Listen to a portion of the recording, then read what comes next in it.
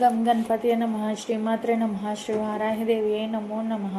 Welcome to our YouTube channel Chaganti party talks. గురు పరంపరలో మొదటి భాగం పార్ట్ 1 శ్రీ గురు చరిత్ర 42వ అధ్యాయము. శ్రీ గణేశాయ నమః, శ్రీ సరస్వత్యే నమః, శ్రీ గురుభ్యో నమః. వారిద్దరూ కాశీ చేరిన తర్వాత త్వష్టకు అవధూత బోధించిన కాశీయాత్ర విధానం గురించి నామధారకునితో సిద్ధయోగి ఇంకా ఇలా చెప్పారు. విశ్వేశ్వరుని దర్శనం, అంతర్గృహ యాత్ర, దక్షిణోత్తర మానస యాత్ర, పంచక్రోశ యాత్ర, స్నానము, దానము, అర్చన, శ్రాద్ధము, అన్నపూర్ణ విశ్వేశ్వర, బిందుమాధవ, ఢూండి వినాయక, దండపాణి, కాలభైరవ, గుహకాళి, మణికర్ణిక మొదలగునవి దర్శించి పూజ చేసి నీ పేరు మీదుగా ఒక శివలింగం ప్రతిష్ఠించి చేసుకో.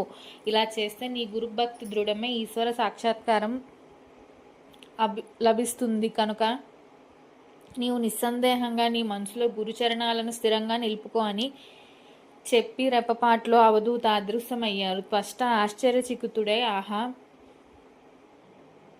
ఈ మహాత్ముడు నా గురుకృప వలన సాక్షాత్కరించిన విశ్వేశ్వరుడే. సందేహం లేదు, తనను నేను ఆరాధించుకున్న ఆయన ప్రసన్నుడు అవటం గురుకృప వల్లనే కదా, లేకపోతే ఎన్నో సంవత్సరాలు తపస్సు చేసిన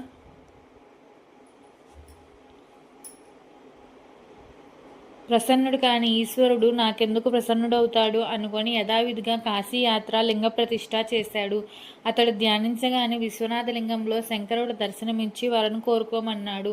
అతడు తన గురువు, గురుభార్య మొదలగు వారు అడిగినవి విన్నవించాడు. శంకరుడు వరమిచ్చి, నాయన, నీ గురుభక్తికి మెచ్చాను, నీవు విశ్వకర్మ అనే సృష్టికర్తవు అవుతావు అని ఆశీర్వదించి అదృశ్యుడయ్యాడు. త్వష్ట సంతోషించి తన గురువు, గురుపత్ని, పిల్లలు కోరినవన్నీ సృష్టించి సమర్పించుకున్నాడు. గురువు సంతోషించి అతనికి జ్ఞానం, సర్వసిద్ధులు, నవనిధులు, యశస్సు కలిగేలాగా ఆశీర్వదించారు. కనుక గురుభక్తి వలన సాధ్యము కానిది ఏదీ లేదు. భక్తునికి ముగ్గురు మూర్తులు వసలవుతారు. గురువు లేక మోక్షం సిద్ధించడు. శ్రీగురుడు గురుసేవ ప్రాశస్త్యం చెప్పడం అయ్యేసరికి సూర్యోదయం అయింది. సాయం దేవుడు శ్రీగురునికి నమస్కరించి ఆనంద పారవస్యంతో, ఓ కృపామూర్తి, నాకిప్పుడు ఒక అపూర్వమైన దర్శనమైంది. మీరు ఈ కథలో భాగంగా కాశీయాత్ర వివరిస్తుంటే నేను మీతో కలిసి కాశీక్షేత్రం దర్శించినట్లు అనుభవం అయింది. అది నిద్రావస్థో లేక స్వప్నమో తెలియటం లేదు. జగద్గురు మీ నిజతత్వం తెలియని మూఢులకు విశ్వేశ్వరులైన మీరు మానవులుగా కనిపిస్తున్నారు. మీరు ఎక్కడ ఉంటే అదే కాశీ అంటుంటే అతని శరీరం అంతా రోమాంచితమై కంఠం గద్గదమైంది. అతడిలా శ్రీగురుని స్తుతించాడు. మొదట అద్వైలుగా ఉండి సంకల్ప మాత్రాన ఈ బ్రహ్మాండ రూపం ధరించి మరలా దాన్ని పాలించడానికి అవతరించిన ఓ నృసింహ సరస్వతి, మీ పాదపద్మములకు వందనములు. కలి ప్రభావం వలన ధర్మం నశించి యజ్ఞయాగాదులు కరువైనప్పుడు దేవతల ప్రార్థనను అనుసరించి భూమిపై అవతరించి ధర్మాన్ని పునరుద్ధరిస్తూ లోకానికి జ్ఞానజ్యోతిని అనుగ్రహిస్తున్న ఓ నృసింహ సరస్వతి, మీ పాదపద్మములకు నమస్కారము.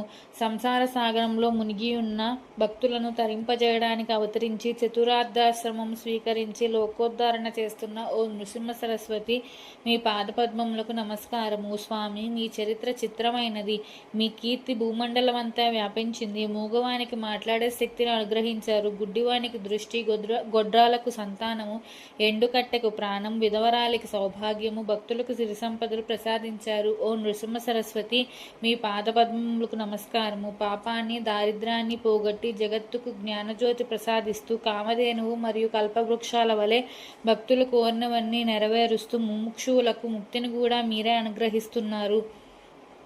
వేదాలకు కూడా అతీతమైన స్వరూపం గల ఓ నృసింహ సరస్వతి, మీ పాదపద్మములకు నమస్కారములు. ఓ గురుమూర్తి, మీ పాదపద్మములు నిత్యము స్మరించే వారికి సర్వతీర్థక్షేత్రాలు సేవించిన ఫలితము, వాటిని దర్శించిన వారికి వేలాది అశ్వమేధ యాగాలు చేసిన ఫలితము ప్రసాదిస్తున్న ఓ నృసింహ సరస్వతి, మీ పాదపద్మములకు నమస్కారము. వేదాలు కూడా మీ నామం మహత్యం అంటుపట్టనిది. సకల భువనాధిపతులైన మీ పాదద్వయాన్ని నా హృదయ కమలంలో నిలుపుకొని మనసారా మరలా నమస్కరిస్తున్నాను. ఓ నృసింహ సరస్వతి, మీ పాదపద్మములకు నమస్కారము. ఓ సద్గురు, నన్ను రక్షించు. వేదాలకు కూడా అంతుపట్టని మీ పరిశుద్ధమైన చరిత్రను నేనేం వర్ణించగలను? మీరు ఓంకార స్వరూపులు, పంచభూతాలు, సూర్యచంద్రులు, జీవాత్మ అనే 8 రూపాలలో మీరు ఈ విశ్వరూపం ధరించారు. ఓ నృసింహ సరస్వతి, మీ పాదపద్మములకు నమస్కారము. ఈ కలియుగంలో భక్తులను ఉద్ధరించడానికి కమండలాలు ధరించిన యతీశ్వరుని రూపంలో అవతరించి భీమా అమరజ సంగమంలో శ్రీ నృసింహ సరస్వతి అనే పేరును నివసించిన శ్రీ గురు, మీ పాదపద్మములకు నమస్కారములు. ఈ ప్రపంచంలోని భక్తులందరినీ తరింపజేయడానికి, యోగులకు దీక్షను అనుగ్రహించడానికి గాన్గాపుర క్షేత్రంలో వెలసి 4 పురుషార్థాలు ప్రసాదిస్తున్న ఓ నృసింహ సరస్వతి, మిమ్మల్ని స్తుతించడం వలన నాలోని దోషాలన్నింటినీ జయించి మీ పాద పద్మములకు నమస్కరిస్తున్నాను. శ్రీ గురుస్తోత్రమైన ఈ అష్టకాన్ని నిత్యం పఠించిన వారికి బలము, సంపద, సద్బుద్ధి, వర్చస్సు, పుత్రపౌత్రాభివృద్ధి, ఆయురారోగ్యాలతో కూడిన ఐహిక సౌఖ్యానికి తోడు అటు తర్వాత ముక్తి కూడా లభిస్తుంది. శ్రీగురుడు సంతోషించి, నాయన మీకు కాశీ దర్శనం అయింది కదా, ఇందువలన నీ వంశంలో 21 తరాల వారికి కాశీయాత్ర ఫలం సిద్ధించింది. నీవు మా దగ్గర నుండి మా పాదసేవ చేసుకో. కానీ అలా చేయాలంటే ఆ మ్లేచ్ఛరాజు సేవలో ఉండకూడదు. కనుక నీ భార్యా బిడ్డలను తీసుకొని వచ్చి గంధర్వ నగరంలో ఉండు అని చెప్పి అతని వెంట పెట్టుకొని గ్రామంలోని తమ మఠానికి తిరిగి వచ్చారు. సాయందేవుడు ఆ ప్రకారంగానే స్వగ్రామానికి వెళ్ళి భార్యాబిడ్డలను తీసుకొని ఒక భాద్రపద శుద్ధ చతుర్దశి నాటికి గంధర్వపురం చేరాడు. అతడు శ్రీగురిని దర్శించి త్రిమూర్తి మాలకాకి మానస సరోవరంలో మునిగి రాజహంస అయినట్టు మీ దర్శనం మాత్రం చేతనే మా పాపాలన్నీ నశించిపోతాయి. గంగాజలము పాపాన్ని, చంద్రుడు తాపాన్ని, కల్పవృక్షం దైన్యాన్ని పోగొట్టగలదు. కానీ పాప, తాప, దైన్యాలను మూడింటిని మీ దర్శనమే పోగొట్టగలదు. మీ కృప సర్వ పురుషార్థాలను వెంటనే ప్రసాదించగలదన్న శృతివాక్యం నాకిప్పుడు అనుభవమైంది అని మైమర్చి గంతులేస్తూ తన మాతృభాష అయిన కన్నడంలో ఇలా స్తుతించాడు. భూమిపై భక్తుల పాలిట భాగ్యనిధి అయి అవతరించిన శ్రీ నృసింహ సరస్వతిని చూడగలిగాను. భక్తితో ధ్యానించే వారికి సుఖమిచ్చే జగత్పతి అయిన మీ చరణ కమలాలు దర్శించగలిగాను. సంసారంలో తపిస్తున్న భక్తుల అభీష్టాలనిచ్చి యోగులకు యోగసిద్ధిని అనుగ్రహించే శ్రీ నృసింహ సరస్వతి దర్శన భాగ్యం నేడు నాకు కలిగింది. మహావాక్యాలుగా చెప్పబడిన పరతత్వమై సగుణమైన సత్పురుషులను ఉద్ధరించడానికి దండకమండలములు ధరించి యతి సార్వభౌముడిగా అవతరించిన ఓ నృసింహ సరస్వతి, నేడు నాకు మీ దర్శనమైంది. భక్తపాలుడు, దయాసముద్రుడు అయిన మీ పాదస్పర్శ వలన ఈ గంధర్వ కులం భూకైలాసమైంది. అట్టి మీ పాదదర్శనం నేడు నాకు లభించింది. యతులు అనేక నక్షత్రాల మధ్య చంద్రుని వల్ల ప్రకాశిస్తున్న మీ దర్శనం నేడు కలిగింది. మీ అతి రూపంలో భక్తజనుల మహాభాగ్యమే సాకారమై వెలిసింది. వేదాంత తత్వానికి ఆదర్శమైన చరిత్రం చూపే మీ పాదాలను నేడు దర్శించగలిగాను. భక్తులను రక్షించడంలో జాగు చేయని దయాఘన నీకు జయము.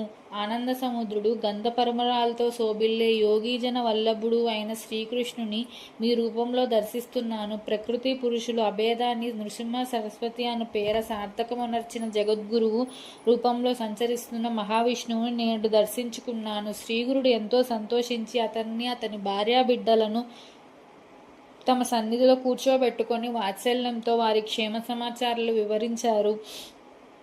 సాయందేవుడు వారందరినీ స్వామికి పరిచయం చేశాడు. అతని కొడుకులిద్దరు నమస్కరించినప్పుడు ఆయన వారి శిరస్సులపై చేయి ఉంచి ఆశీర్వదించారు. అప్పుడు సాయందేవుని పెద్ద కుమారుడైన నాగనాథుని చూపిస్తూ ఆయన, సాయందేవ, ఇతడు సిరి సంపదలతో చిరకాలం జీవిస్తాడు. వీడే మా నిజమైన భక్తుడు, మాకు ప్రీతిపాత్రుడు. వీడి కీర్తి ఎంతగానో విస్తరిస్తుంది. ఇతడు వంశోద్ధారకుడు అవుతాడు. సౌభాగ్యవతి అయిన నీ భార్య పతివ్రత.